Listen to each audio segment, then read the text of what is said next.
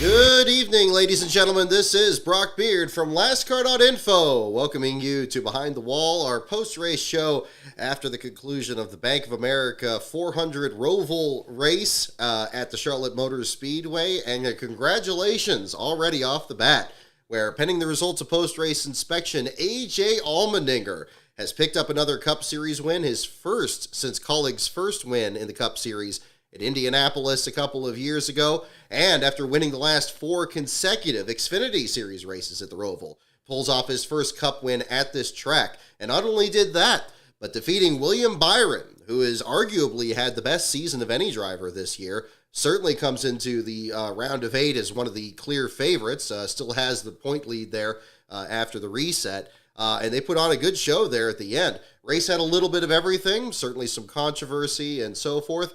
But we'll definitely talk about more of the action. We'll talk about the Cup Series race and the Xfinity Series race.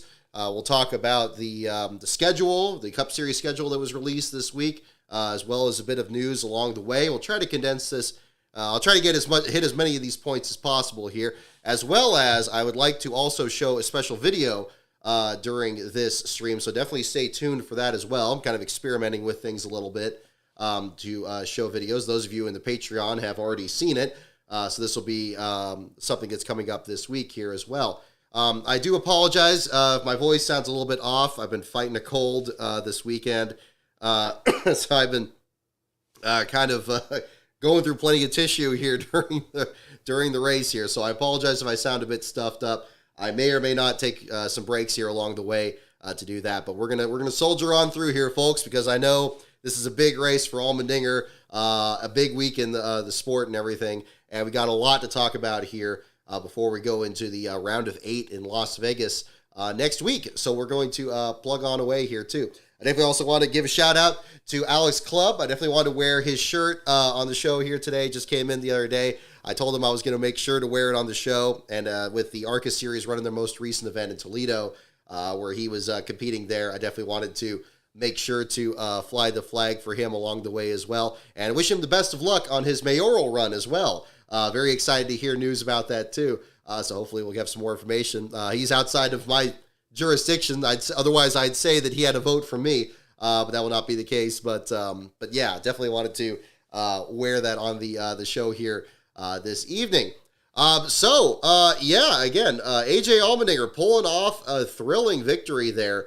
Very reminiscent. I know that there were probably people wondering already coming into this race, the fact that Allmendinger hadn't run the Xfinity Series race, wasn't entered in it.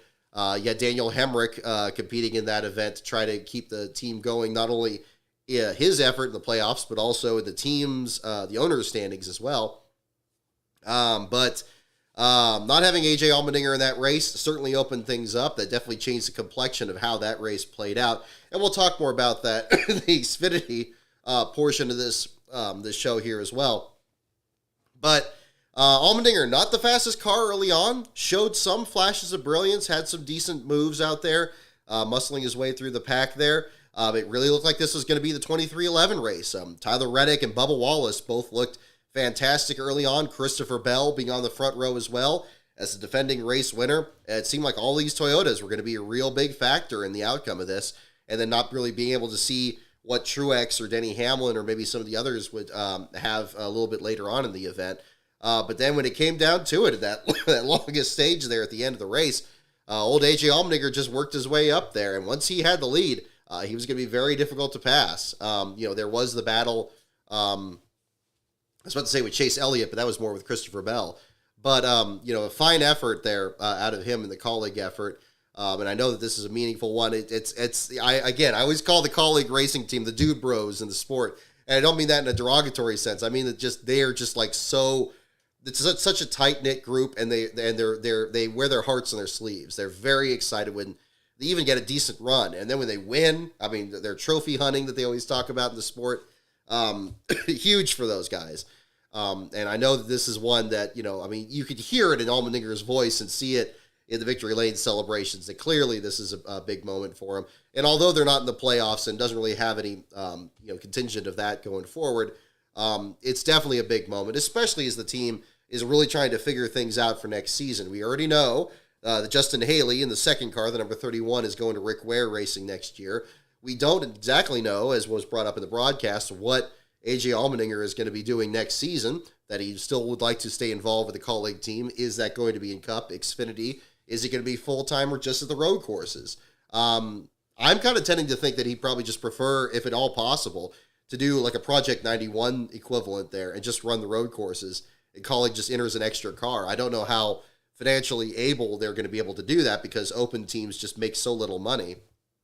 But for how good Allmendinger consistently is, I would think maybe that would offset that. So if as long as he's interested, but that's going to kind of be the other factor there too. But a fantastic run and very unexpected, I would have to say. This was kind of a race. I did not expect him, despite his dominance in the Xfinity race. I wasn't really expecting him to come up there and take it. Especially when you got an elimination race. You got all these storylines coming in here. You got guys that are on either side of that bubble that are very consistent and actually trying to kind of work their way up there, but then they aren't able to quite get over the hill. And of course, in the elimination rounds, we do have Bubba Wallace, Kyle Busch, Ross Chastain, and I got to look over here too. Brad Keselowski being eliminated from the playoffs this year. Again, very hard fought. I think all four of them at one point or another were looking like they were going to have at least a decent run. But pit strategy being what it was, even with the stage cautions, still made things really, really challenging. And then the just so much that had happened during the race. I mean, even the McDowell caution, it seemed like that was going to be kind of a critical moment as to how everything played out when that was looking like he was going to split the final stage. And then the caution ultimately didn't come out. And were those drivers in a better situation that people were going to either stretch it or short pit from there? Yeah, I think that really kind of set things up, kind of kicked things up a notch there too, in terms of late race drama. And then I don't think we had any issues with fuel mileage, but it probably was going to be a problem here if it went into overtime. Thankfully, I guess it didn't go in overtime. It's 109 laps is the scheduled distance, right? So that would be another one to talk about at the same time. Yeah, so I don't know. Really excited for him. I'm just caught off guard. I honestly, when going into the show, I fully expected we would be talking about a playoff driver. Even though the Roval, I know they talk about it being like, an X factor and not being kind of like a super speedway where you could have somebody unusual getting up there. Yeah, I fully expected it was going to be either, I picked Reddick, last row picked Christopher Bell. We were on the front row at the start. It's like, oh man, yeah, one of us probably has got this. And then it ultimately turned out to be very different though. And certainly with Kaulig, I only touched on this a little bit earlier, mentioning on here, they've been really off this year. I mean, I was at Fontana when Allmendinger got last out there, and he seemed just kind of lost as to this car and how it handles on the ovals. And not to say that Allmendinger hasn't had good runs on the ovals. He's had good runs at the super speedways. Martinsville was one of his best tracks. Loudon, he had some good runs at as well in different teams, whether it was Red Bull or Richard Petty or so forth. Again, I'm sure he's always had the road courses circled on the schedule, as with a number of other drivers through the field here. But yeah, I mean, to pull this off, and, we saw last year the drivers that were non-playoff drivers, pulling off victories in the playoffs, but not this late into it with a round of 12. Kind of reminiscent of Joe Nemechek pulling off a win at Kansas in October in 2004. Now, that was the first chase, and it wasn't elimination rounds back then. But it kind of reminded me a little bit of that, of a driver that maybe was kind of flying below the radar, hadn't won all year, but was consistent enough to really kind of get up there. But again, I think Allmendinger is more surprising because even that consistency didn't seem to be there. I mean, they had some decent runs in the summer, but I think that was just because there were so many more road courses, and it seemed like he was able to capitalize on that. But for him to be able to pull this off, very impressed. Undoubtedly going to be a popular victory. I know one of our writers, Ben Schneider, is a huge Allmendinger supporter there, so I'm sure that's going to be something that he'll be pleased with here for sure. Just a cool story coming out of it here. But of course, as we kind of touched on a little bit here, The elimination round here for the playoffs, always going to be a brutal situation. Probably no more so for Kyle Busch. Kyle Busch, I did not expect him to at all be a factor in this. Especially, I don't think Richard Childress's team is usually very good at this race. They're good at Charlotte, but not really so much at the Roval. I remember Austin Dillon getting wiped out in this race, in years past, and ultimately he did have problems in this race as well. But Kyle Busch put together a solid run.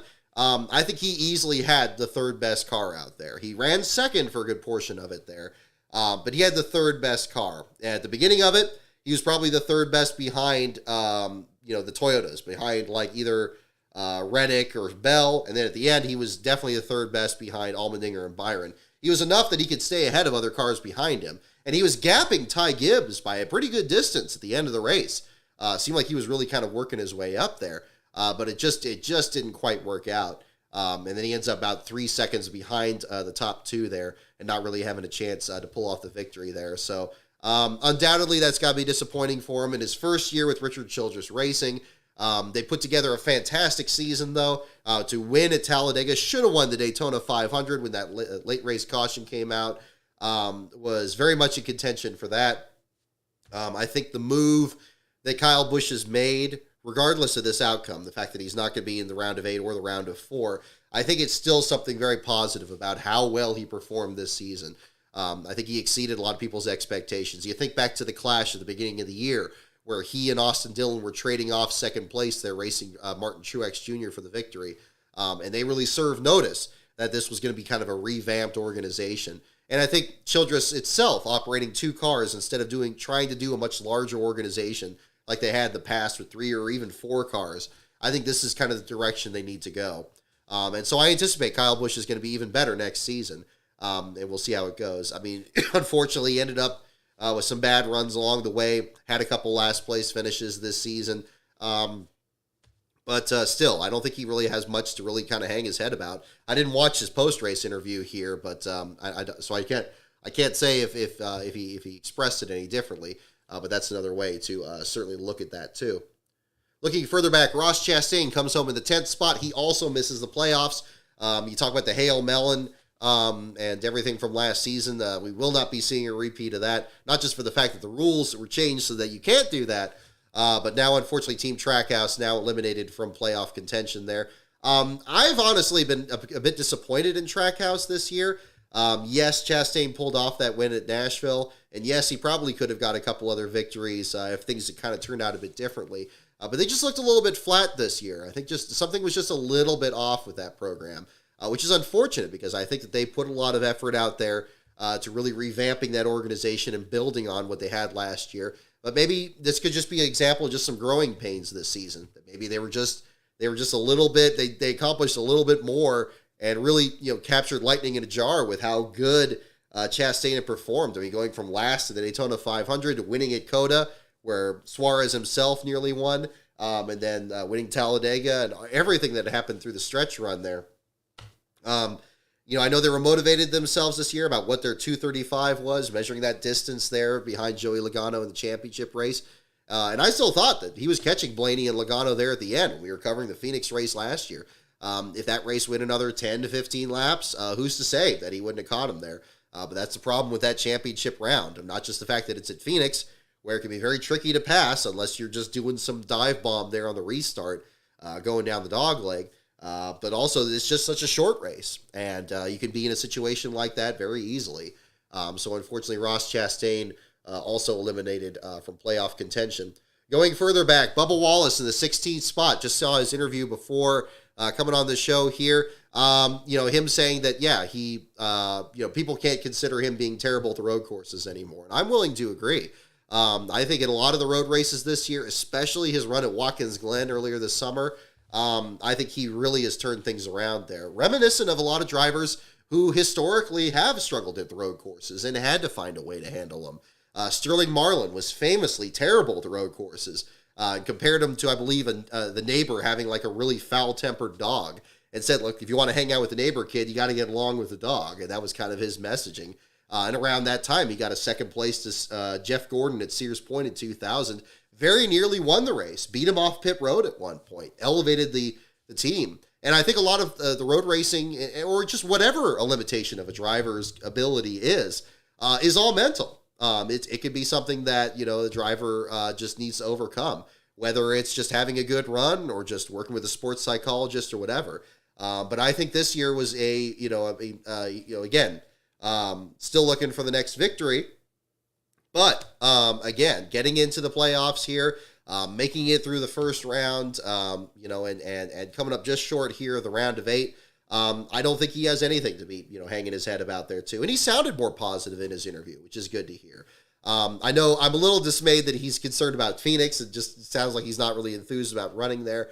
But I take that to kind of indicate much more of a larger concern about it being the championship round, which I think is something that still should be talked about. I know that Phoenix was already confirmed for the championship race before the schedule was announced for this next season. But again, I think that's another one to certainly talk about. But 16th place finish for him, misses the cut for the next round of playoffs, again, pending the results of post-race inspection.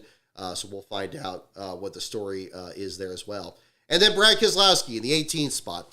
Driver that is very much still looking for his first win as an owner driver. Still, much like with Bubba Wallace in the 23 effort there, seeing a teammate that's really been excelling and really been performing well. Tyler Reddick, coming back from deficit in the points here to be able to punch his ticket to the next round. He had a fine showing there at the beginning. And then Brad Keselowski with his teammate Chris Buescher, who this same summer is completely taken off and luckily had that peak that he had last year when he won Bristol. He started to have it earlier, which is good timing there, to be able to rack up those wins over at Richmond and Michigan and get into the playoffs, and not only get into the playoffs, but also be a favorite. And now making it to the round of 8, you got to really be looking at him at these ovals coming up here. That the Roush Fenway Keselowski team and those powerful Roush Yates equipment could be very tough on one of these. And don't be surprised if he punches his ticket in there. So that's going to be that's going to be an interesting way that plays out. Unfortunate for Keselowski. I think the only positive thing for him is that maybe the tension's off of him. And if he can pull off a victory down this stretch run here, I think it's going to be even more challenging, because now a win is going to mean punching your ticket into the playoffs. And I think it's very hard to be a non-playoff guy and win one of these last 3 races before Phoenix. But again, if anybody could, it would probably be Keselowski. But again, I think he's got a lot of positive things to look forward to. I'm sure he's already thinking about Daytona next year and marking that off his list for how good that he and his teammate have been at the super speedways this year. Again, so I think really between all 4 of these drivers that were eliminated today, I think all 4 of them have very, very easy reasons to be very positive about next season. And I think that in a lot of their cases, they were in transitions this year, whether it was from drivers that weren't competitive or weren't considered to be favorites for the playoffs, or drivers who, just drivers that just had unfinished business last season. I think that this was definitely a year that was a step in the right direction. So undoubtedly, they're going to be unhappy with not being in the next round. But these are the really cruel cuts when he gets down to this round here. And you got to get it down from, you got 12 drivers that any one of them, under the right circumstances, could pull off the championship. And you got to still whittle that group down to 8. And then you got these oval races coming up here. Yeah, it's going to be tough. And we saw it could have very easily been any of these other drivers down there. Kyle Larson at points here when he started at the back of the field in a backup car could have been eliminated. Truex was falling back there towards the end of the race. Any of these other competitors there, just kind of I'm looking past the screen there because that's kind of where I have my playoff standings here. So I think, again, if you're fans of any of these drivers, I hope that still takes, some of the sting off of that. And I know it's easy to say that from this standpoint here, but I think that there are some positives to glean from that. We can look at the other you can look at the group that we have here right now and make early predictions for the championship 4. I think there's another one you can really talk about. So just looking at the group right here, you got William Byron, Martin Truex Jr., Denny Hamlin, Kyle Larson, Chris Buescher, Tyler Reddick, Christopher Bell, and Ryan Blaney. Very good group of drivers through here. I don't think there's any in that group that particularly stand out as somebody like, oh, they shouldn't be in there, or maybe they really stole one from somebody else. I don't think we're seeing that here. I think this is going to be a very good group of drivers through here. I do think, guys like Ryan Blaney or Chris Buescher, they probably would benefit from, certainly winning this next round in Las Vegas and really trying to kind of punch their ticket in as early as possible. I think that was the winning strategy for Logano last year. Clearly, it turned out great for him. He won that race over Ross Chastain last year. Was able to just kind of take it easy the next couple of rounds. Not having to worry about Martinsville, not having to worry about Homestead. And I think being a really much, taking it easy. And then at Phoenix, just opening the floodgates and going in there, and he just kicked everybody's teeth in. I think this Vegas race next week is going to be very competitive. And I think we're going to see people, are people going to break under pressure or they're going to rise above it? And who can bounce back from any early adversity they have? And if they have a bad pit stop, bad qualifying run, or anything like that, I think it's going to be very exciting. Not to say that Homestead and Martinsville won't. I mean, they'll be exciting for their own reasons, especially once we get there. But to clear this field and really start seeing who the favorites are and who are not, that's going to be something. You get to Homestead, you got to look at Kyle Larson. You got to look at Tyler Reddick, guys that can run the high lane, guys that can run 3 centimeters off the wall and not manage to tear the car up. They're going to be ones that are going to be they're going to be bad fast. They're going to be bad fast. If Denny Hamlin doesn't win in Las Vegas like he did a couple of years ago, he might have something to say about that too. He won there years ago when he was predicting in 2009 that one of these days he's going to win a championship. Is this going to be the year that he can do it? We're down to the last stretch run here to find out. But again, it's going to be tough. I mean, William Byron's a past Homestead winner, not even that long ago. He could just as easily be a threat just as much as his teammate Larson. Are we going to see a battle between those two drivers there? And then Martinsville, anything can happen there. You can have Martin Truex dominate the race, leading 400 laps of that one and just easily cruising his way in there. Or you can have a late race caution where maybe somebody like, a Chris Buescher or a Tyler Reddick or somebody else can kind of work their way in there. It's going to be iffy. It's going to be iffy. I have a hard time seeing a Final Four that does not have William Byron or Denny Hamlin in it. But I'm kind of, and again, that's where I think Reddick or that's where I think Buescher and Blaney, I'm sure they got Vegas circled on their calendar even more. And Reddick probably to an extent too, given how good he's been at these 1.5 mile tracks and then falling back. But then again, I think Homestead, he's going to be very much a factor there too. Has been pretty much since the beginning of his career. I mean, if I had to, like right at this moment, pick 4, I'll say Byron, Hamlin. I mean, let's see. Well, let me put it this way. Who's going to win this next race in Vegas? I mean, I'm thinking, Byron might just put a stamp on it. I mean, or it could be Denny Hamlin. Despite the last place finish today, and he was the last place finisher pending results post-race inspection, maybe again, he's already thinking about that and just getting that one finished. Maybe Hamlin wins Vegas, Byron wins Homestead over Tyler Reddick. Maybe Reddick points his way in from a good run there, and so he's the third guy. And then Martinsville, maybe Byron wins it again, and then a guy like Chris Buescher gets in. So maybe that would be it. So that would be kind of an interesting group. Have Byron, Hamlin, Buescher, and Reddick. That's leaving out some big names. I mean, leaving out Truex, leaving out Larson.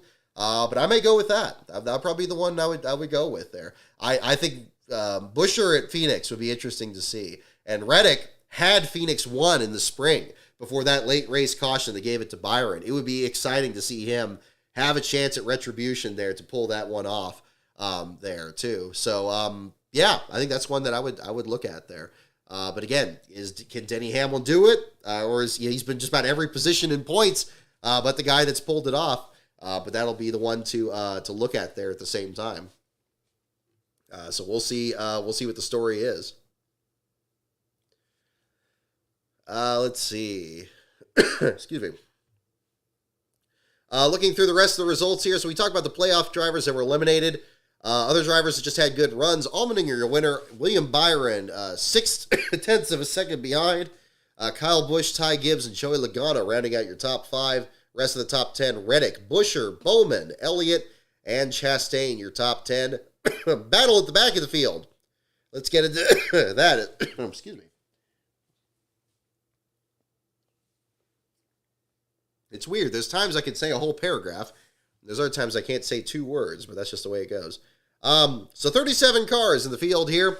The one expansion entry that we saw was Austin Hill, the Beard Motorsports team that did skip the Talladega race. Hill came back home to finish 27th on the lead lap. So an okay run there, especially for a driver with limited Cup experience.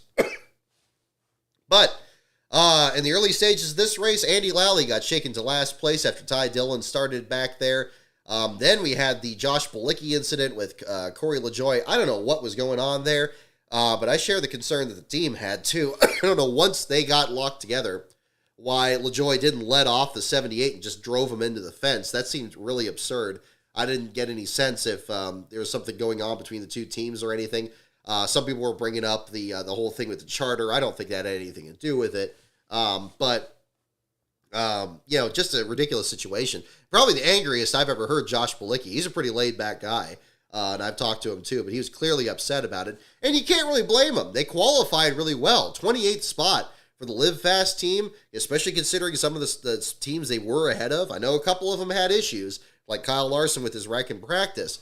But still, I think that was something that they had higher expectations for, especially with this being the last road race of the Cup schedule this year.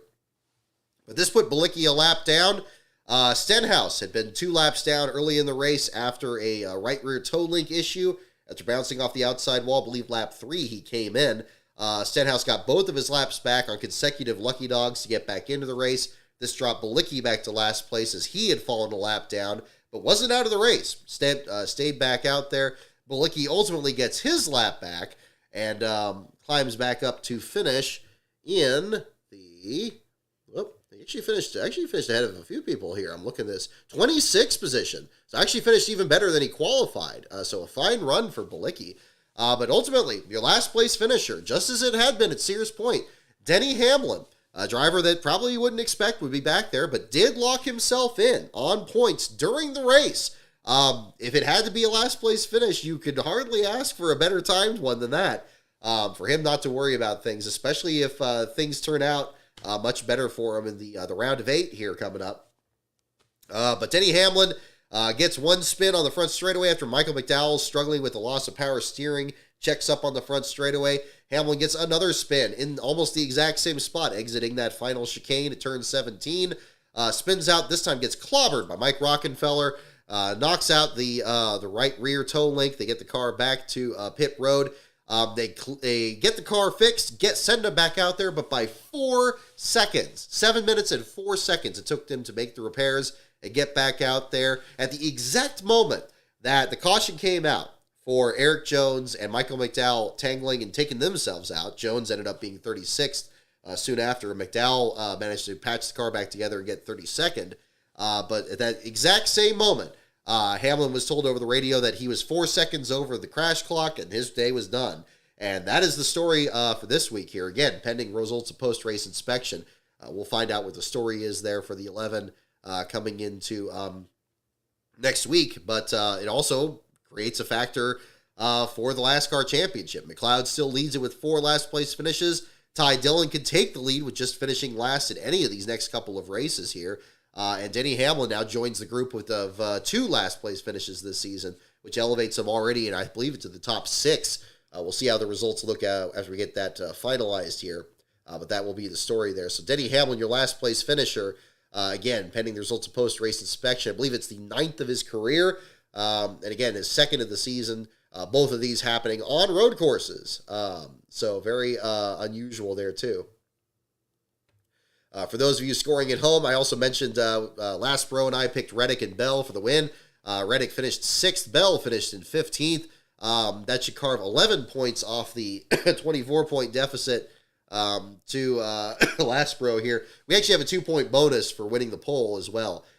So that's the other factor in that one. But we'll see how that all works out, too. That championship could very well go down to the wire at the same time. We talk about Stenhouse Coming back through the field there, he gained both of his laps back, was looking for just kind of a decent finish, almost got taken out by Michael McDowell after the steering issue. And then at the very end of the race here, about 10 laps or so to go, his car catches on fire. Scary incident there over in turn 3, seeing him climb out of the car, thankfully. But a huge amount of smoke inside the car to the point where it's coming out the rear vents of the rear glass.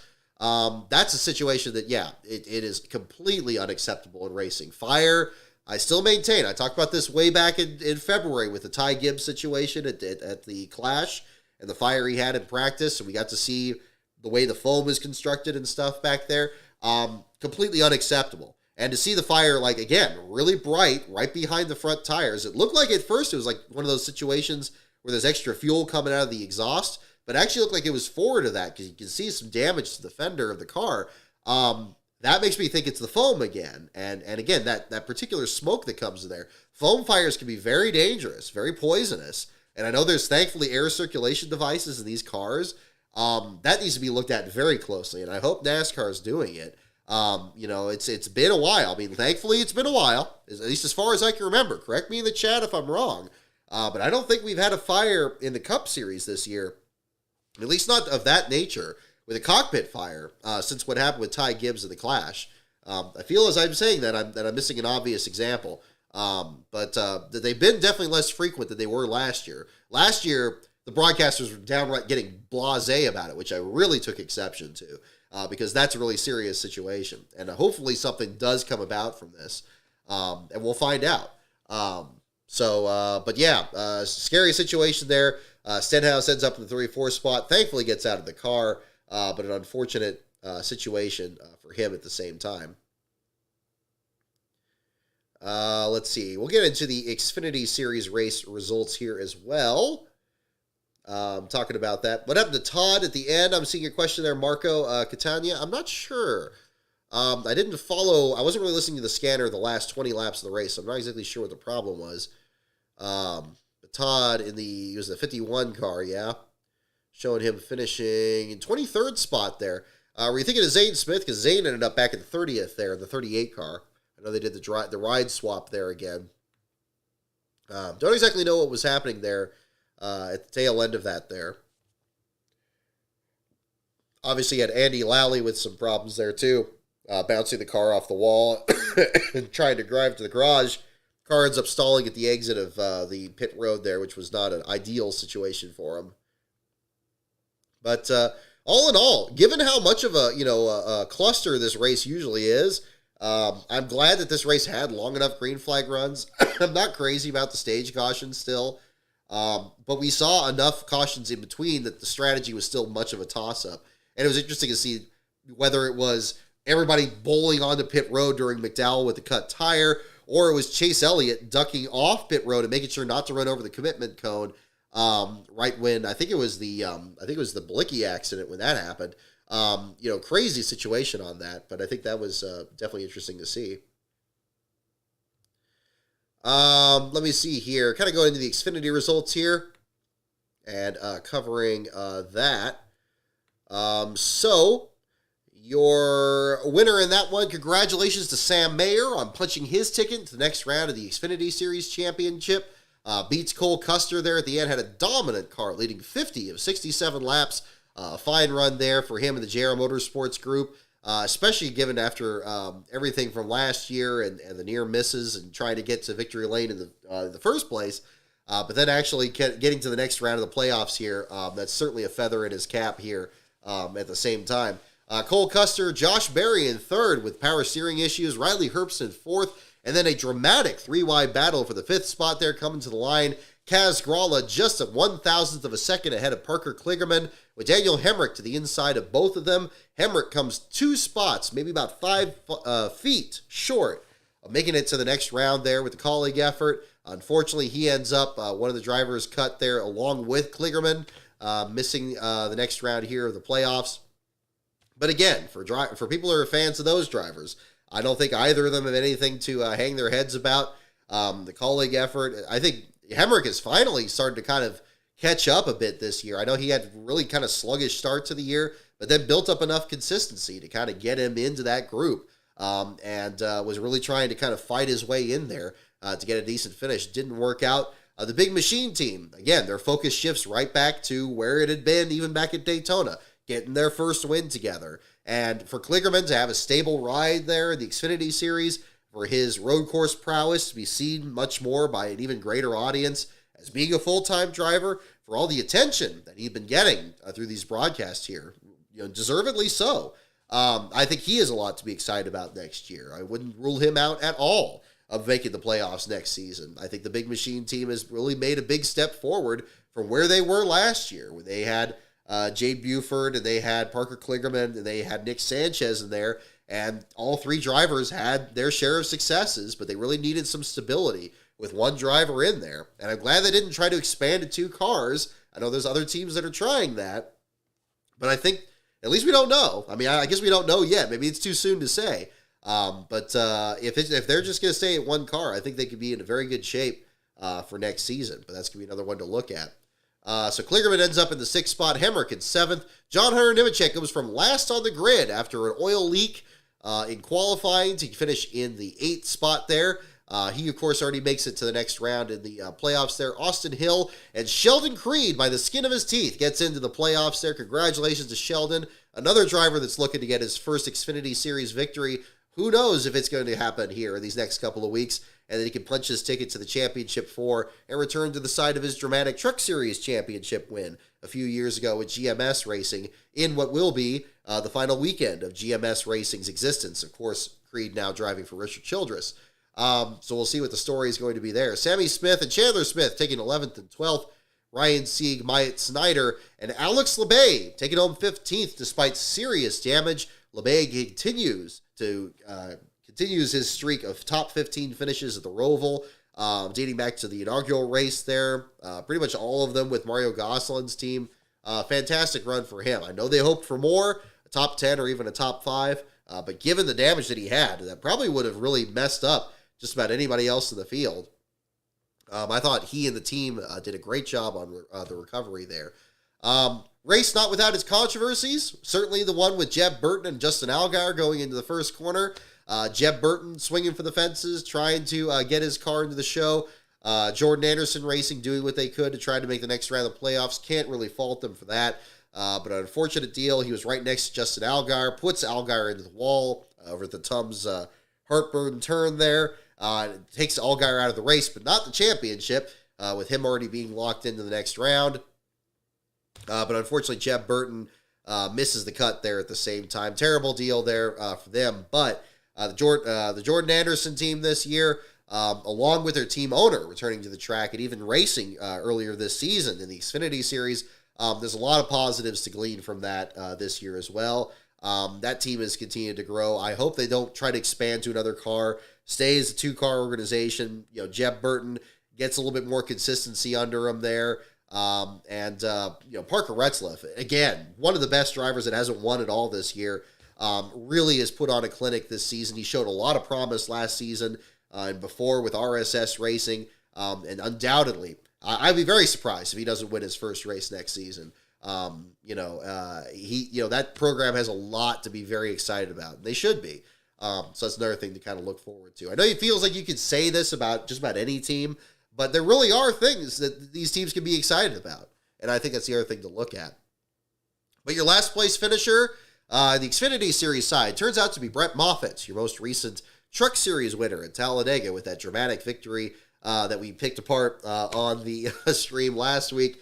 But Moffitt, unfortunately, had pretty much a disastrous day there, right in the opening laps there, coming down pit road with what seemed to be an electrical issue.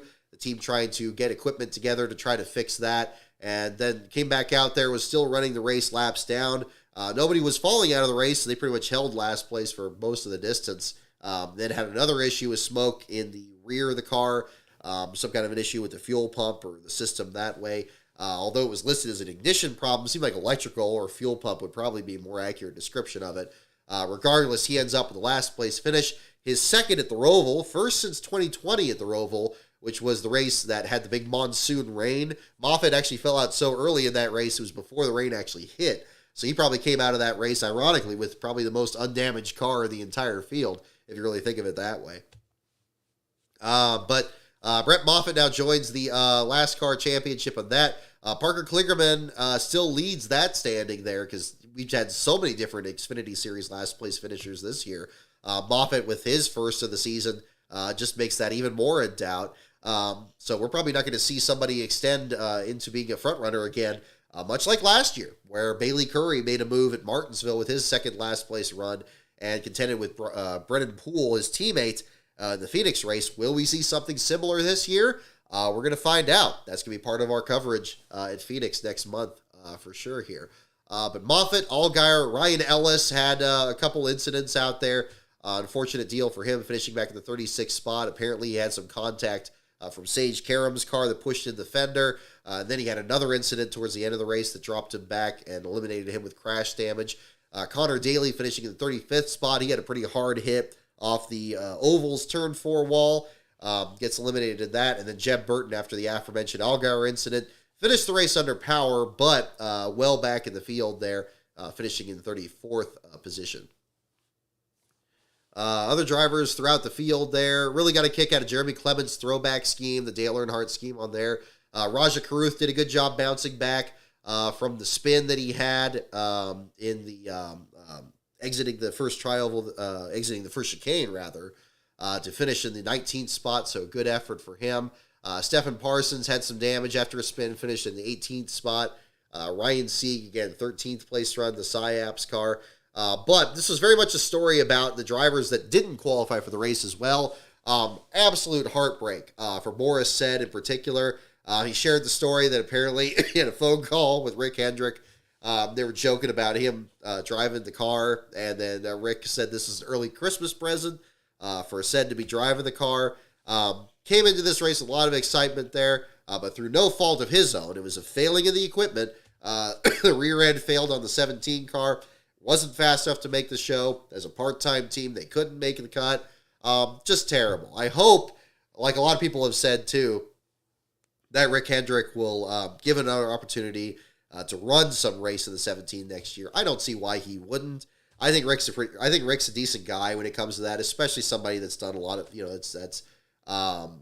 been a long time driver in the sport. I mean, you keep in mind, this is the same guy that brought Jimmy Means on board to drive in place of Tim Richmond back in the late 80s. I think he's a very mindful person, just as he is as ever, to different drivers that are at different points in their careers. I'm personally hoping he gets back out there and does Sears Point again. I think that would be fantastic. That would be much more exciting to watch than seeing Kyle Larson or Chase Elliott take it on again. And I think we're on that same track, mentioning this from last week's show, since Raja Caruth is going to be driving the number 17 at Phoenix this year. I think that's going to be something to look at. Also among the DNQs, Preston Pardus missed the cut there in the Pardus racing effort. That was too bad, especially for how good they were at the Chicago Street Course. Pardus seems to really step things up at the Charlotte Roval in particular. I was really looking forward to seeing him maybe get a top 15 or a top 10 out of this. Unfortunately missed the cut. Andy Lowley with the Peterson Racing Group from Trans Am, trying to enter a race for the first time. I'm always a big fan of new teams. Unfortunately, learning curve is really steep. This time, 84 thousandths of a second was the difference that kept the 87 car from starting the race. And just a difficult deal there at the same time. And then also the CHK racing effort. I believe it was Devin Jones that was driving the number 74. Tough deal for him. First time that you had the Jones trying to attempt a race for the first time since I think 2017. It has an interesting story of his own there in road course racing, but unfortunately misses the cut there as well. I always hate seeing the Harmon team miss the show. Hoping that they make it out to Phoenix there as well. I know that's one of the projects I'm still working on there at the same time, so we'll see if that's going to be another story that comes up here at the, still too. But yeah, I thought again a decent Xfinity Series race. Got a little bit hectic there with the battles at the front of the field there, which you're going to have with the elimination races. But I'm glad Mayer, for having as dominant of a car as he had, was still able to pull off the victory. Definitely a big sigh of relief for him going into the next round here. And then see what happens. He's definitely in a very different position than he had been last year. Still looking for his first win period last year. But now this time around, he's going to be one thing to see for sure. I'm a little when he said that he was AJ Allmendinger 2.0 in Victory Lane. I'm thinking, boy, that if anything's going to bring Allmendinger back to running that Charlotte Roval again, it's going to be that. And I think it'd be interesting to see the two battle it out there. I think Allmendinger would really put him to task on there, especially after winning the Cup race today. That would kind of be something pretty exciting to see too. Let's see here. Looking through the rest of the results there. Jordan Taylor had kind of a quiet run there, finishing in the 16th spot, right behind Alex LeBay. Good to see him still get some more NASCAR efforts out there. I know he's hoping to run an oval from the last interviews we've seen about him and everything. Sage Karam, despite the incident there with Ellis, good solid run there for the Carl Long team in 27th. Good to see them get a full sponsorship and a full wrap. That wrap is really nice. Some embroidered hat company on there. That looked really cool. Custom patch hats. Let me give credit where credit's due here. Looking at the race results here. But fine effort for those guys at the same time here too. So definitely want to kind of mention that. Let's see here. Yeah, I really like the style of the 4 they put on the 74 as well. Again, I don't know what they call it, but when you have like the open-topped 4, where it isn't like the number 4, but it looks like an L and an I, and he kind of got this going, or I guess that going. Like I always think that looks cool. They never really use that anymore. So I don't know. It's a small thing, but I always think it's cool. I think it's probably because Aldo Benedetti's car from Days of Thunder had that. That's probably where that started. Of course, I always think of like Gordon and Thomas the Tank Engine. I think there were some depictions where the 4 looked like that too. There's something like that. It's kind of like, I don't know, there must be a name for that. If somebody knows it in the chat, definitely let me know, because I know there's like, like the and symbol that's like a big cursive thing is like what, ampersand. So there must be some kind of name for like a 4 that's like designed differently. So I don't think it's simply a font choice. I don't know, but that would be kind of an interesting thing. All right. Have a strong urge to call you Kanye of NASCAR. I don't know why. Well, Sean Leader, I'll take that as a compliment. Thank you. But there we go. Hope Dale Jr. is feeling better too, by the way. I know he had a fever, according to his Twitter page earlier today. Hope he's certainly feeling better too. I know in the booth, I gotta say, I don't really have too many notes from the Cup Series booth today, because again, I think that having 4 people in there is too much. I don't think taking Junior out of the booth is the answer. I think that I would rather have a booth that would just have Junior, Steve Letarte, and if we're working with the pieces we have, I would say Rick Allen, Steve Letarte, and Junior would be worth trying. I think 4 people is way too much. I actually found the broadcast a bit easier to listen to. Jeff Burton was still a little bit a little bit too much there at some points. But again, I certainly don't think Junior is what's holding that back. I think if the same thing happened where Jeff Burton was unavailable and Junior was in the booth, I probably feel exactly the same way, honestly. But I do think Junior has more to provide in terms of the sports history than Jeff Burton does there. I think they could probably find some other position for him there somewhere. But that's kind of the way I'm looking at that too. All right. Let me see here. Thank you so much, everyone, for tuning in. I hope you're enjoying the show here. I do, again, apologize for the the coughing here along the way. Hopefully by our next show here next week, that won't be as much of an issue. All right. Let's see here. I want to kind of do this. We could talk about the schedule. I do want to talk about that and some of the other news. We did have the news this past week about AM racing. So again, the last place finish with Brett Moffitt kind of brought into focus the news that we had from AM racing this week in the Xfinity Series. And they're going to expand to 2 cars next year. They're going to run the number 15 alongside the 25. And then Haley Deegan is going to drive that second car. I think our Ben Schneider put it perfectly when this news was first announced. It said that there are absolutely no excuses now for Haley Deegan. I think that that's the perfect way to put it. It's not saying that she she can't accomplish, she can't be, this isn't good enough equipment or something like that, or that, believing she's not going to succeed in the Xfinity Series. But I do think that this is going to be the real test. It's unfortunate that she's been struggling in the Truck Series, but the one thing that still stands out there is she did have a very good Xfinity debut at Las Vegas. Again, and she brings a lot to the table there in terms of sponsorship and fan support and all that too. She may just be the type that is really good at the Xfinity Series and maybe just not that competitive in the Truck Series. And maybe this is a perfect opportunity with the Stewart-Haas support that AM Racing has, with the Roush Yates engines and everything else. If she really takes to it, and I hope they don't rush her further up the ladder too quick. But if she takes to it and is able to get at least the results that Brett Moffitt has had this year, where he was pretty much one of the best drivers to not make the playoffs this year. Him and Parker Retzlaff and a couple other drivers there. Ryan Sieg is another one that comes to mind. The opportunity is there. And yeah, I'm pulling forward just like anybody else. I think this is a clean slate. It's unfortunate. I'm not going to pretend that she hasn't struggled in trucks. She has. I know Dean Thompson posted his tweet there this week, and I don't blame him at all, because I know he's had multiple incidents with Deegan in the Truck Series, and maybe some of them were his fault, and maybe some of them were her fault. I don't know, but this is going to be a new opportunity, and I think sometimes with these drivers they need to find a chance to really reinvent themselves. And I think this is a good chance at that with good equipment. So I'm very positive about that. I think that's going to be something really big to look forward to. So hopefully it turns out. I guess my bigger concern is more the team itself, that they're expanding too quickly, especially after this first year in the Xfinity Series, after having pretty good success with Moffitt, but not quite getting that first win. Not that Moffitt isn't capable. Certainly he won the Truck Series race last week at Talladega.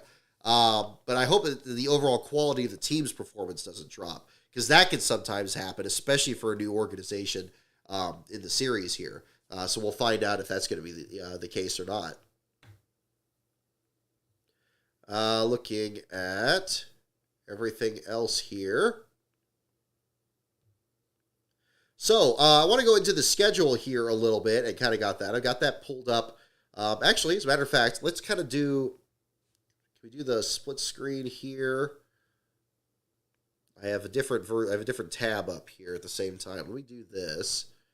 Maybe this will be a good way to do this. All right, yeah, that'll be good, because then we could get this on the screen. Hang on here, folks. All right, yeah, there we go.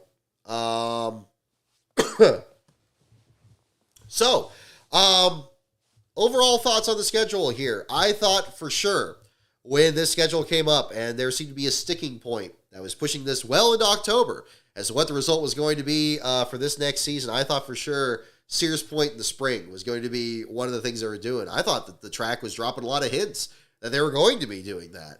I was very surprised that the date didn't move. I'm not disappointed by that. Oh, is this year's schedule? I think this is still got Fontana on it. Hang on. Let's get next year's schedule. Where is it? There we go. 24 schedule. Sorry about that, folks. I was going to say, wow, they kept Fontana? No. Okay. So again, not having the spring race, not having Sears Point in the spring, I thought was a little bit of a surprise, which is too bad. But again, the question then, of course, becomes, what are they going to put in the next race? Putting Atlanta at the beginning of the year, I'm not crazy about it, especially with Atlanta still being this pseudo super speedway mess. I think for anybody that's a new fan, it's going to set the wrong tone, because you're going to watch the 500. You're probably not going to watch the Clash, but you'll watch the 500 and you'll watch the Atlanta race, and you'll think that every race is going to be that. It's going to be pack racing. It's going to be drafting. It's going to be all that. And then you get to Las Vegas and you get the field strung out, and people are going to tune out.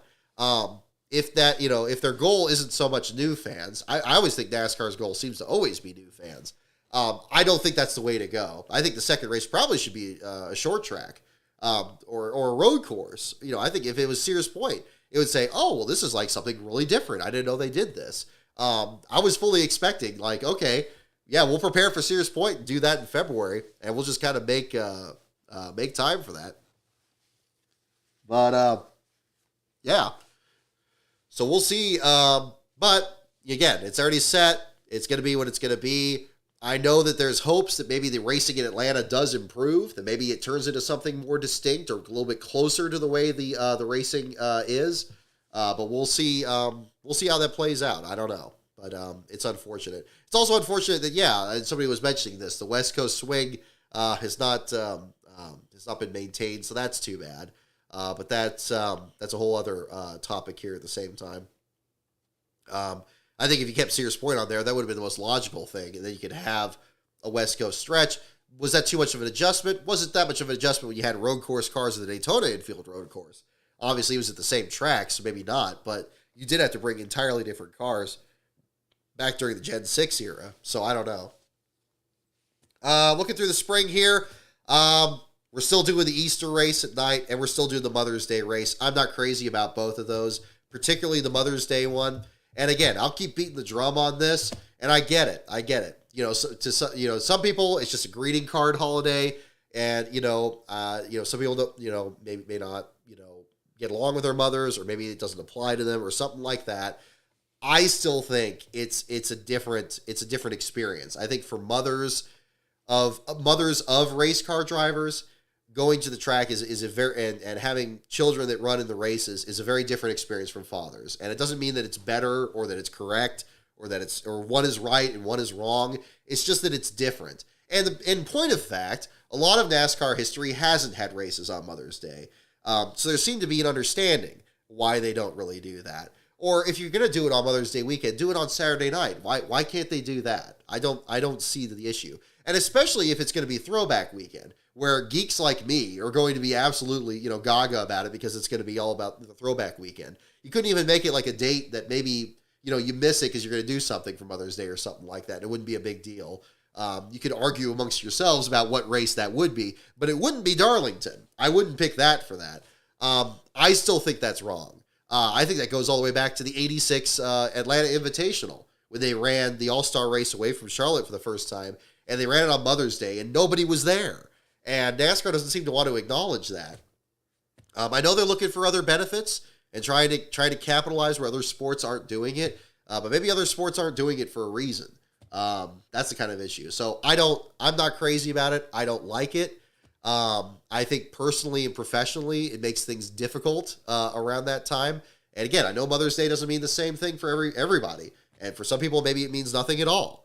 But I think there was something there in NASCAR that it was understood. It meant something to NASCAR. And I don't like that that's changed. So, and again, and I don't feel as strongly with the Easter one, because at least that's in the evening. And now we got a Richmond race there, so at least it's not the dirt race. And again, it's a Richmond race, so it's like, is it going to be good or bad or whoever. That's all. It can almost be an afterthought, because again, even like a Thanksgiving football game could be in the evening or something like that. There's that. But the Mother's Day race, it's at 3 in the afternoon. It's at noon Pacific time. It's right there in the middle of the day. I think that's. Why couldn't they even make it a night race? I mean, if they made it a night race, I would be less irritated about it. So I don't like that.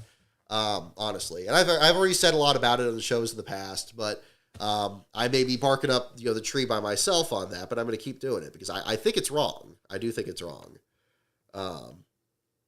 So going into the rest of the schedule here, we got the All-Star race back at North Wilkesboro again. I was still kind of hoping for a 400 lap race there again this year as a points race, but I'm not disappointed that they're doing the All-Star again. I'm not the kind of fan that'll say, it'll be a points race or nothing. I'm just happy it's there. I'm happy it's still there. I'm happy that they didn't just do it one time and then say, oh no, Kyle Larson dominated it because they got some old Terry Labonte notes and now we're never going there again. It's like, no. I'm glad they're still doing it again. And I would love to cover it. I would be just as happy covering it as anything else. We're still figuring things out next year. Seems like for me personally, I'm going to have about enough vacation hours to cover about a week, maybe 8 days around this time.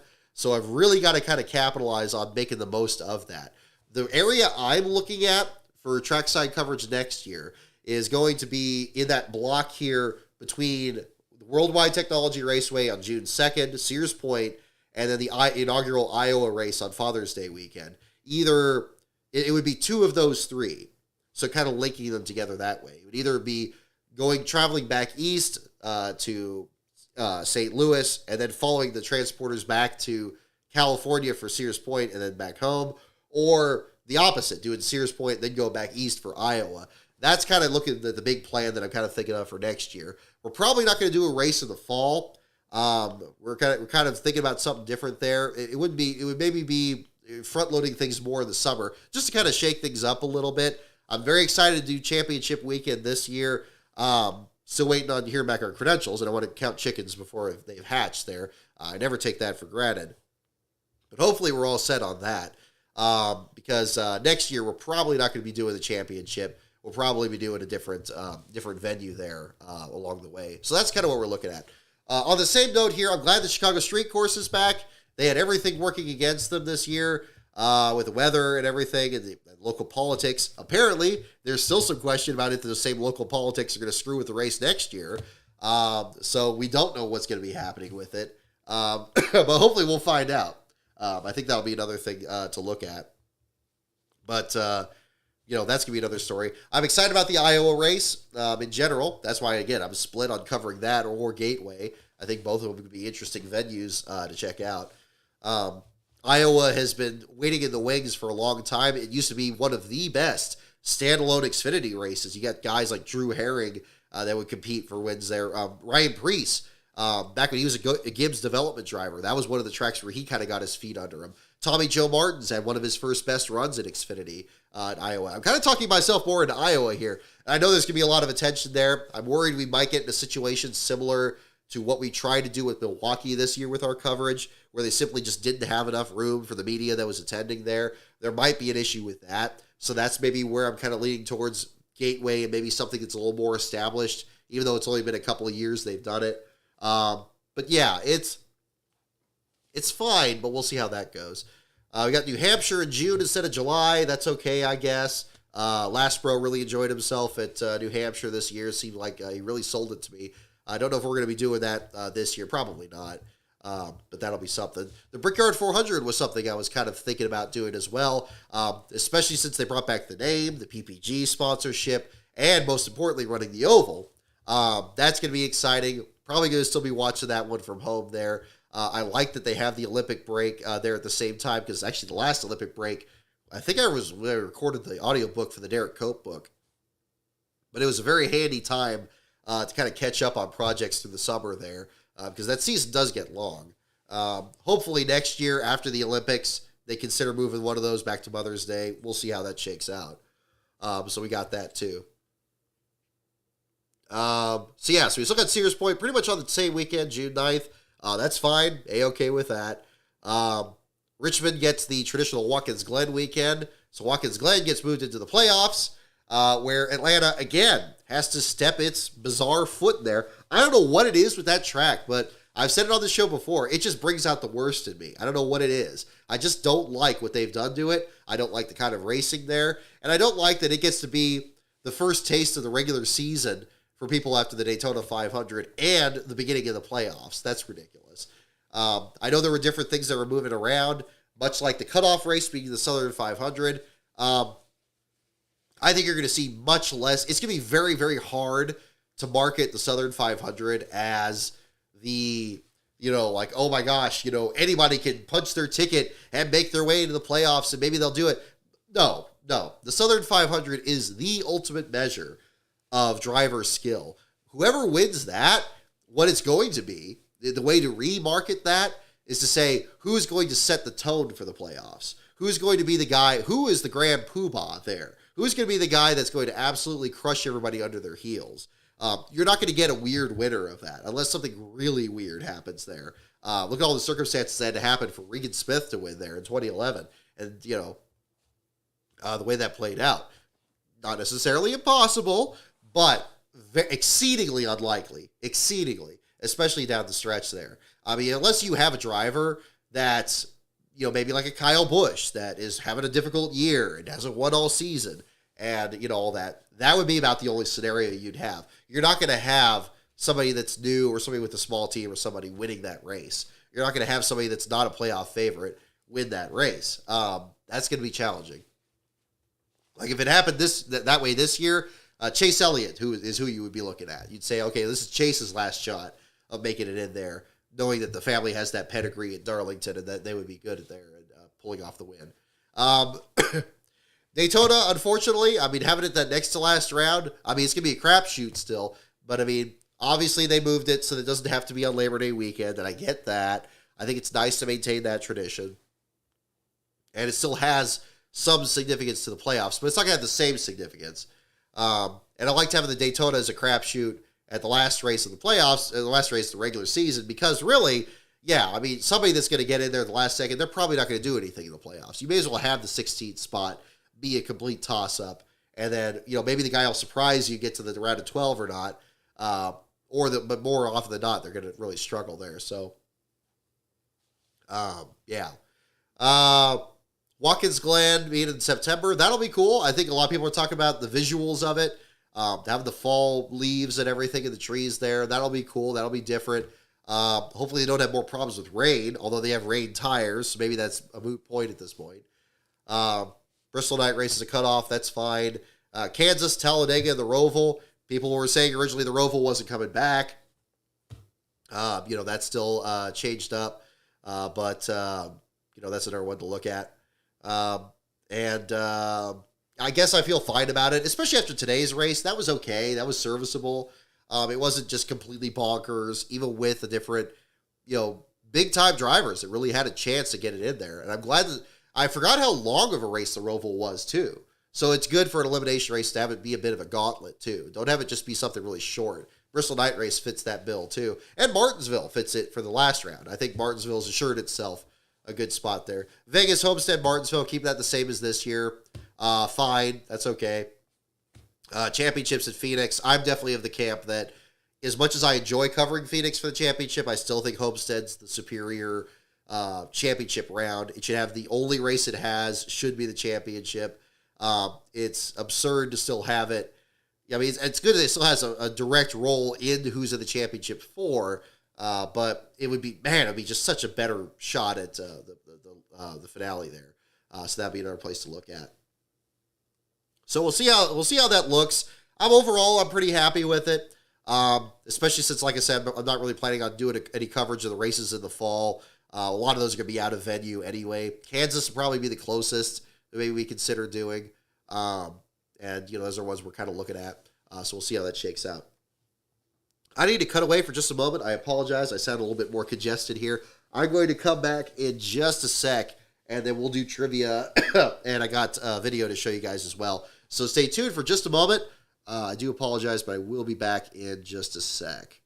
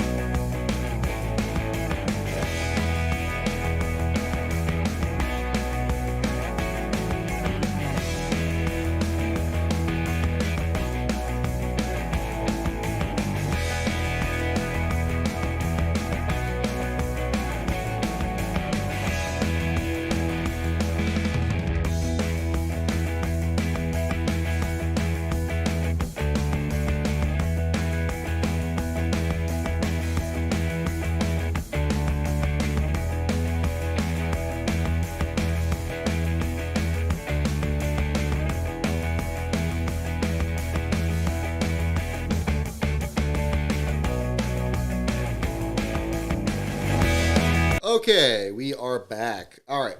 Apologize for that, folks. Ranidius, I just saw your comment there. Still think if Phoenix is a holding pattern for Auto Club short track win, or if that happens. I'm less sure of that now, especially with the developments about what's going on with that track and everything. And I'm a little concerned that we're not hearing more updates about Fontana in general here now, almost a year in that. So we'll see what happens. I think that NASCAR probably wants a West Coast finale for the championship. They might do Las Vegas in spite of course, its history with the IndyCar race. I don't think that they're going to particularly have any problems with it there. But yeah, potentially. again, it's all gonna it's all gonna determine who what goes where. Pay too high of a price, get Texas out of the playoffs. Yes, exactly. Yeah, mentioning that too. Texas in the spring, much better option, especially given the heat that we've seen last couple rounds and the tire degradation. I'm glad it's not the All-Star race either. That's good. So we got that. But let it be its own identity there. Having the Roval and Watkins Glen in the playoffs is a little it's a little much. But I don't know. What are you gonna do? I think it's excuse me. Generally speaking, I'm okay with it. But yeah, I'm a little disappointed in some of the things. I like that we're getting the Xfinity Race at Sears Point back. I don't like we lost Mid-Ohio in the trucks. I thought they put on a great show. I am just a sound machine today. My goodness. So we'll see. We'll see how it shakes out, but I think that's a different one. Can you guys hear me okay? In spite of all the coughs and everything, I think I put the microphone too far back. Let me bring it closer. All right. Excuse me. Excuse me. Right, hiccups too. This will be fun. Okay. Here we go.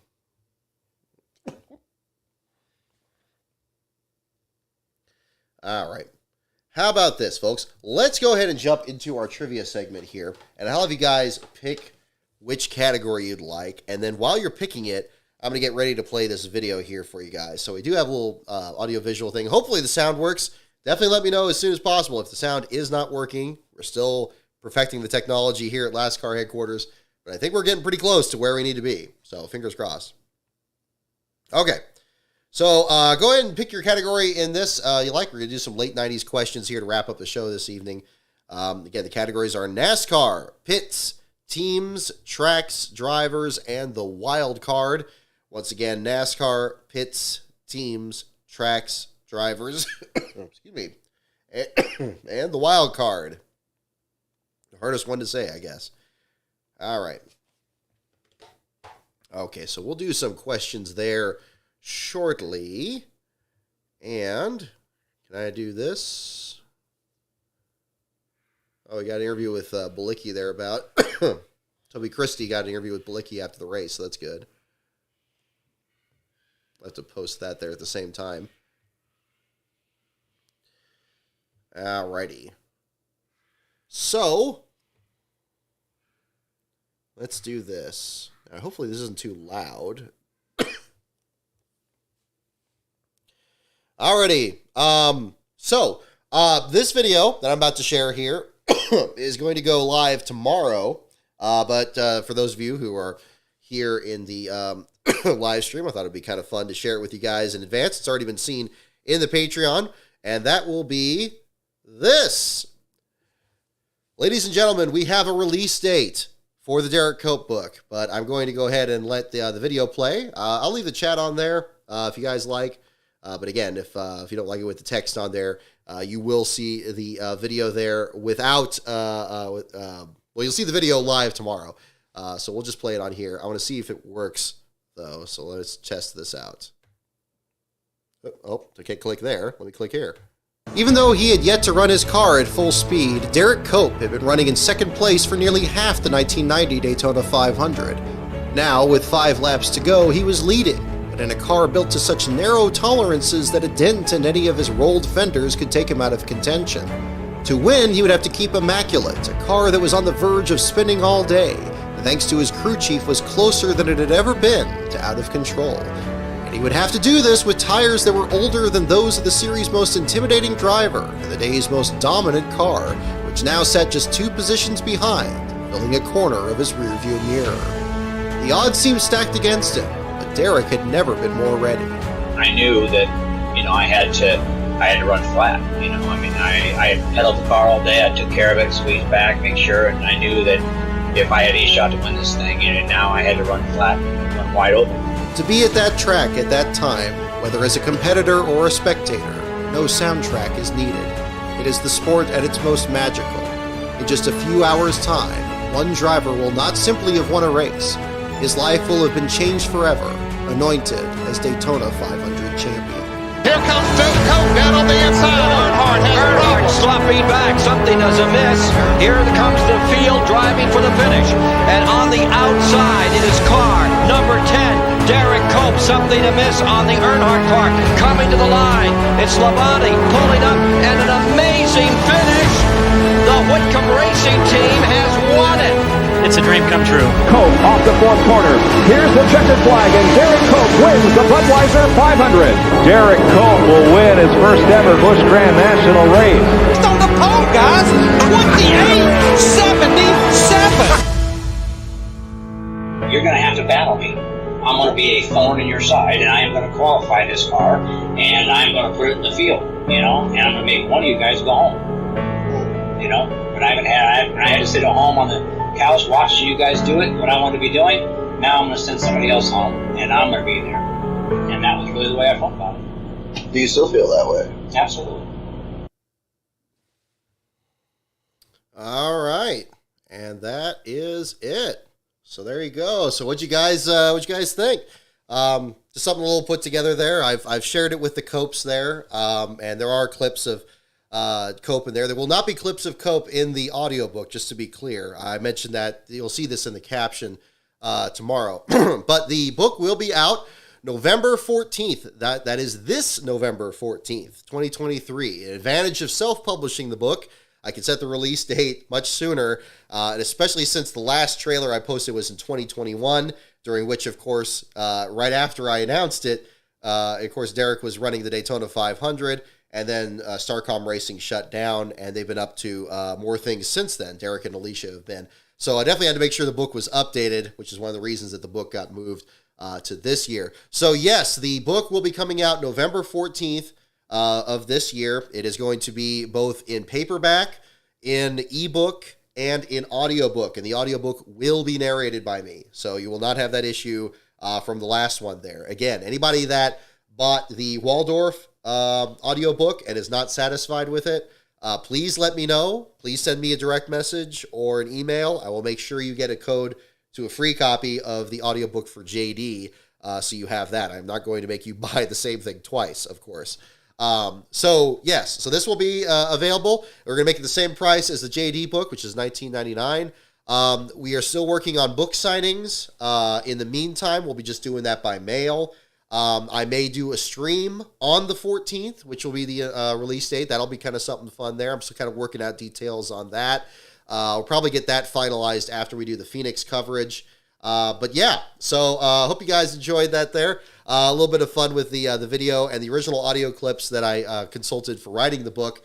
I believe I did 4 interviews with Derek, and at least 3 of those were in the Starcom Racing hauler, including that one that you heard the clips from there. And that was part of it. And I spoke with him, with his wife Alicia. I interviewed Buddy Parrott, his crew chief for the 1990 Daytona 500. Carol Warner, who's a representative of Purelator. I spoke with Dave Fulton from Bluebell Incorporated, who was also instrumental in getting him to the East Coast. And a couple other interviews, many people to thank there as well as people of the NASCAR Scene Vault podcast. Brian Hallman provided pictures. Charlie Birch provided pictures.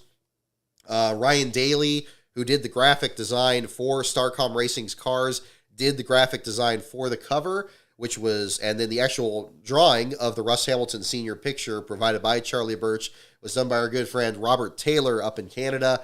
So we have several people represented in this project, and I'm so glad to be able to get this out there.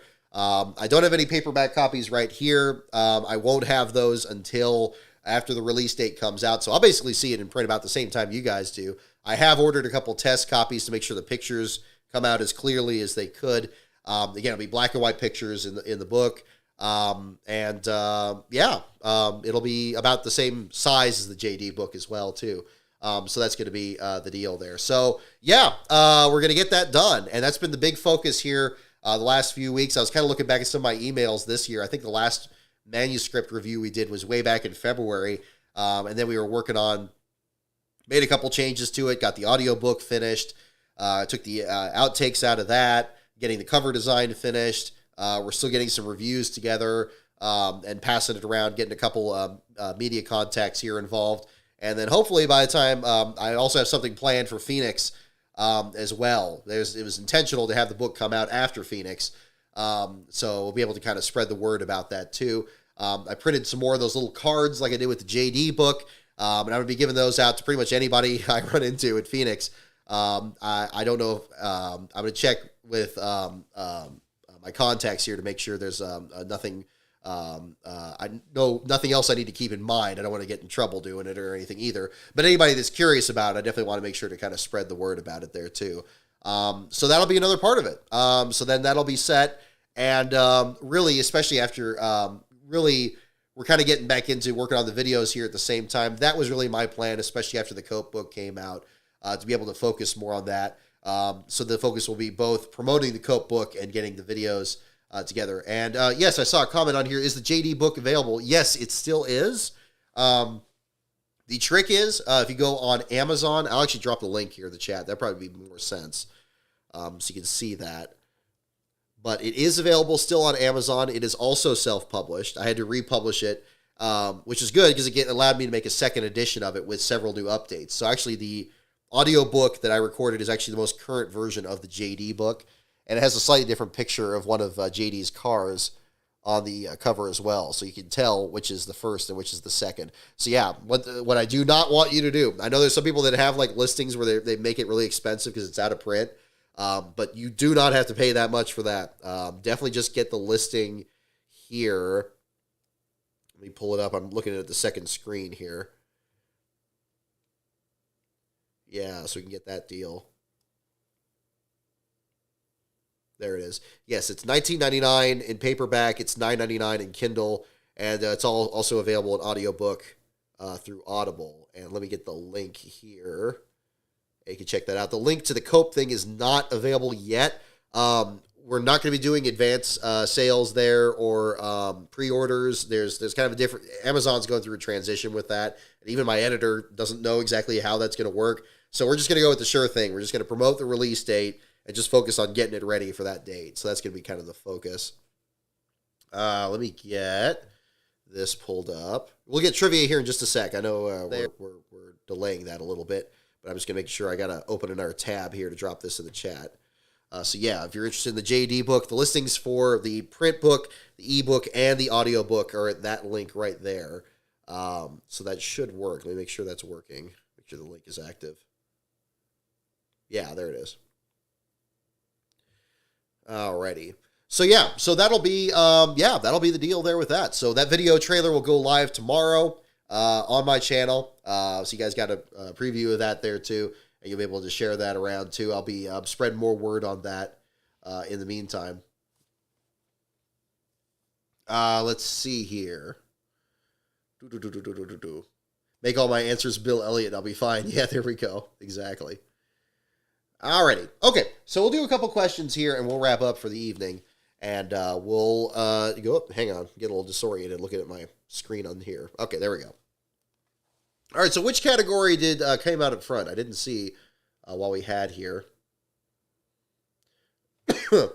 JZ0357, you got a question about 500 days. I'm still working on that. I had to set it aside to finish getting the Derek Cope stuff done. I hope to get that done. I'd love to get it done this month. It'll probably end up being next month. That's kind of what I'm looking at here. If you're in the Patreon, $5 level and up, you'll have advanced access to any videos I make. I actually made the Patreon I made this trailer available to all the levels because I made a condition of the Patreon itself to give updates on the book. Yeah, we're gonna get working on that again pretty soon. Also, same thing with the Mike Harmon video. Those two videos have already been recorded. I have another script that's almost complete and ready to be recorded.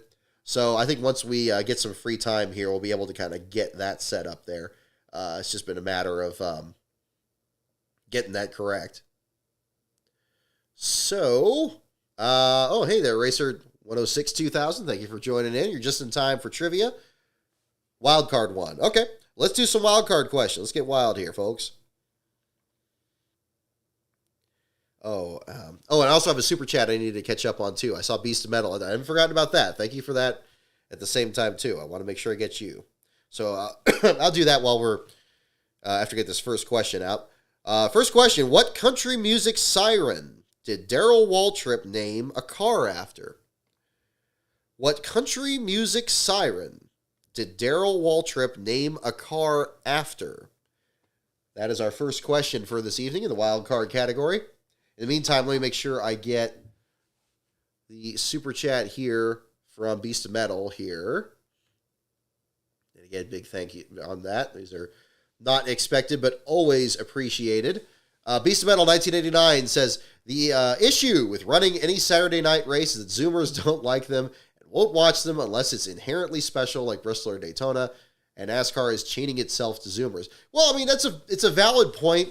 I get that Saturday nights, it's really tricky to try to make a race, special enough for people to be interested in it when, more interested than, say, something else you want to do that night, especially if you're working a 9 to 5 and you only have your weekends. I get that. I still think you could market that Darlington race. If it has to be Darlington for that Mother's Day weekend, I assume we're talking about the Mother's Day thing. I think you could market that because, again, it's the first track on the circuit. It was a track that welcomed NASCAR back after the COVID restrictions. And it's throwback weekend, too. And a lot of these paint schemes look awesome under the lights, which I think is what makes that special on top of it. So you could probably try to market it that way. And I guess if you're talking about filling the stands, then you could also have aspects to that too. And, NASCAR has no problem having some kind of, crazy nightlife there, whether it's the infield or just the fans in the stands in general.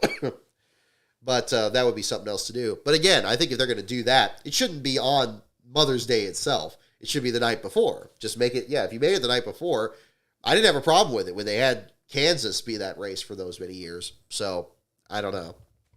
But I appreciate the insight there on that, Beast of Metal, and thank you again for the super chat at the same time. Because there is, I think a generational difference, and you're alluding to this on here.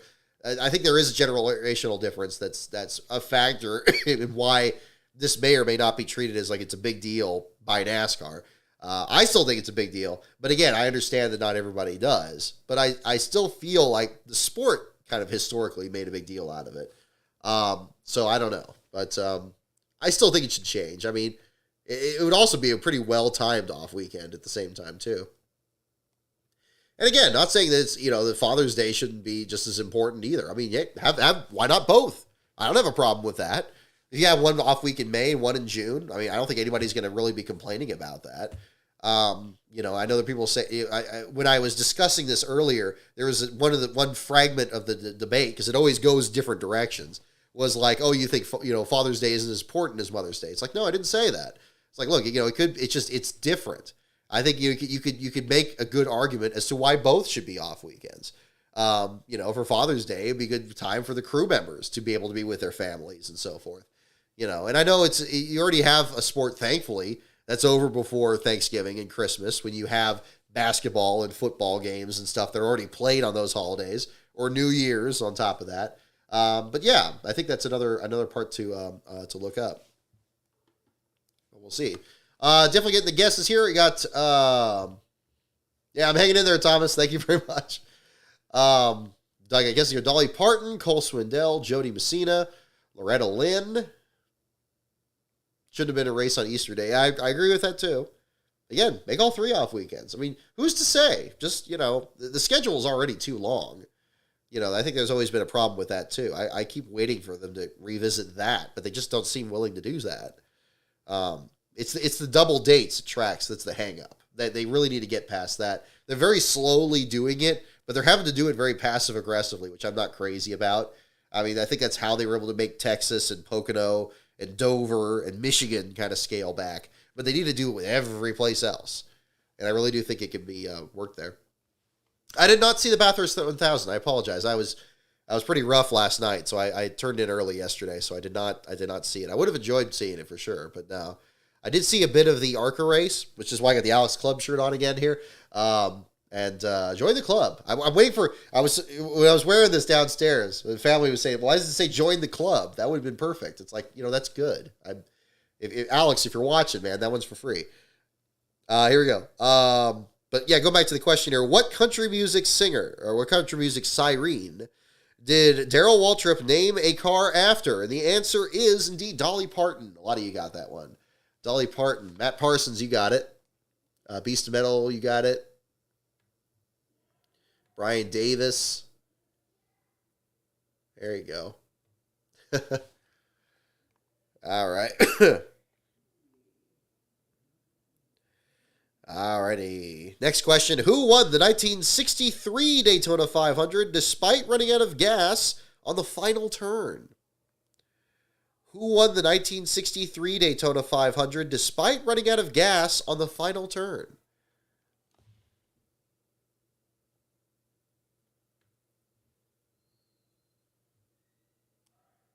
All right. Thank you guys for staying tuned here. I'm just going to take a peek at our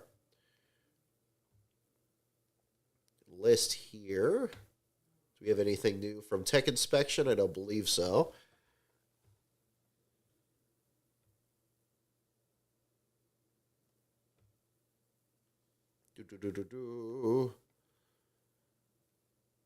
Interesting. Denny Hamlin listed out by the DVP, not as a crash. Eric Jones listed out with a crash. Andy Lally listed out with a crash. But Hamlin listed out specifically under the DVP, which makes sense because he was 4 seconds over. So there's the story there. So that will be the official. So that's where I need to split it in. We still do not have official results from inspection for Pockrass's page. So I don't know if we'll have that on the show here. We'll wrap up here in a little bit for those of you been hanging in here, but I do appreciate it. I do not know what's going on in inspection. We will find out. All right, Richard Petty, we've got several guesses for Tiny Lund. Here we go. Who won the 1963 Daytona 500 despite running out of gas on the final turn? And the answer is indeed Dwayne Tiny Lund. Tiny Lund, a lot of you got that. Spencer Sandlin, I think you were the first one to get that.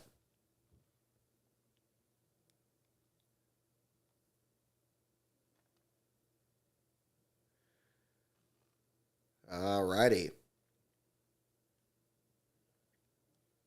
Okay. And we'll probably just do one more question here in the meantime. Thank you so much everyone for tuning in. I hope you've enjoyed the show here. Yeah, may need a cough drop after the stream. Yeah, believe me, I've been tearing through them. Honey lemon is my flavor. The other ones taste like candy. I need something that tastes like it's working. That's what I go with it for sure. It's not bad. Last bro was sick a little bit earlier. He felt better, and then I got the tail end of it here. I'm going to kind of finish recovering tomorrow, and I'll be fresh after that. So we should be good this week. And then, yeah, whoa, shoot, we got Vegas coming right up. Did they ever say what caused the Stenhouse fire? Not that I've heard of. So we'll see. Next question. We'll do a couple more here. We'll make this the next to last one. Who fell out of the sky into a pot of gold, according to Darrell Waltrip? That's the question. Who, quote, fell out of the sky into a pot of gold, according to Darrell Waltrip? That is the question. Mute that.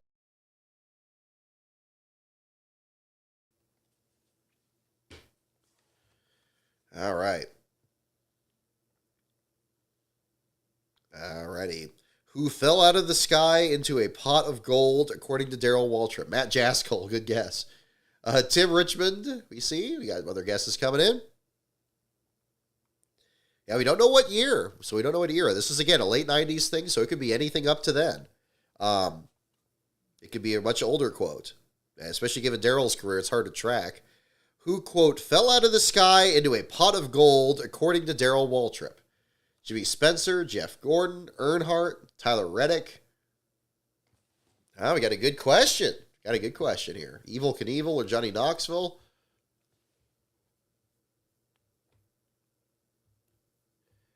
Yeah, we did have a tech inspection issue last week, but we don't have it this year.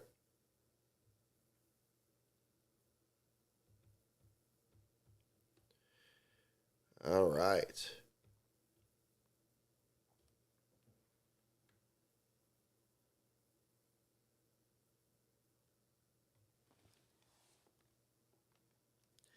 All right, here we go. Who fell out of the sky into a pot of gold? According to Darrell Waltrip, the answer is Jeff Gordon. The Wonder Boy, Jeff Gordon. Jeff Gordon is the correct answer. A few of you got that one there. I think Clint Will, I believe you were the first one there. JC0357. All right. We'll do one more question here, folks. And we'll wrap up here for the evening. Thank you so much, everyone, for tuning in. All right. Here we go. Okay, this is a good last question. So here we go. We're going back to manufacturers here, folks. What car did Tim Flock and Herb Thomas win championships with in 1952 and 1953? Let me read that again. What car did Tim Flock and Herb Thomas win championships with in 1952 and 1953?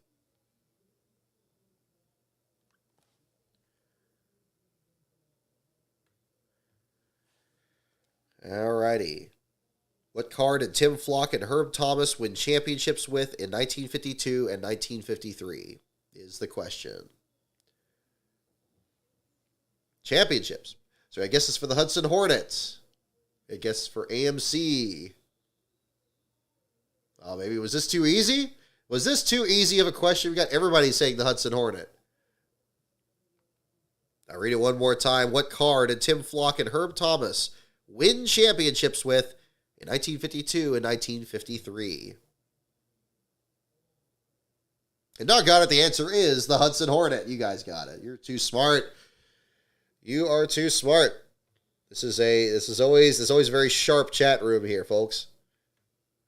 The fabulous Hudson Hornet. Absolutely. You guys got it. All righty. Well, that will do it for the show this evening, folks. I don't believe we have. I'm going to check this. I will check this one more time to see if we have results from inspection. They'll probably take a while there because of the elimination round. But that'll be another story for another day there. I do not see anything new on that page. So, again, pending the results of post-race inspection, congratulations to AJ Allmendinger on a tremendous win for him in the colleague racing effort. Last place article, pending the results of inspection, again, will be on Denny Hamlin, his second of the year, and we continue the championship push going forward. So in the meantime, the website is lastcar.info. The Patreon is patreon.com/lastcaronbrock. Feel free after the show tonight to check out other videos on this, my YouTube page, and if you're interested in more bonus content or whatever, check out my Twitter feed at LastCarOnBrock. Our next show is going to be next Sunday after the Cup Series race in Las Vegas. I will not be there in person. I will be here at Last Car headquarters, so that evening we'll be able to talk about the Cup Series and the Xfinity Series. Who will be the first driver to punch their ticket, if anybody, into the championship four? Are we going to get somebody that's outside the playoffs winning this race? Given the caliber of drivers that we still have in there, I think that's going to be a very tough thing to have happen, but you never know. Things could be unusual. So we'll stay tuned and find out. So thank you so much, everyone, for tuning in. I will see you all next week. Have a safe week, everyone. And there it is.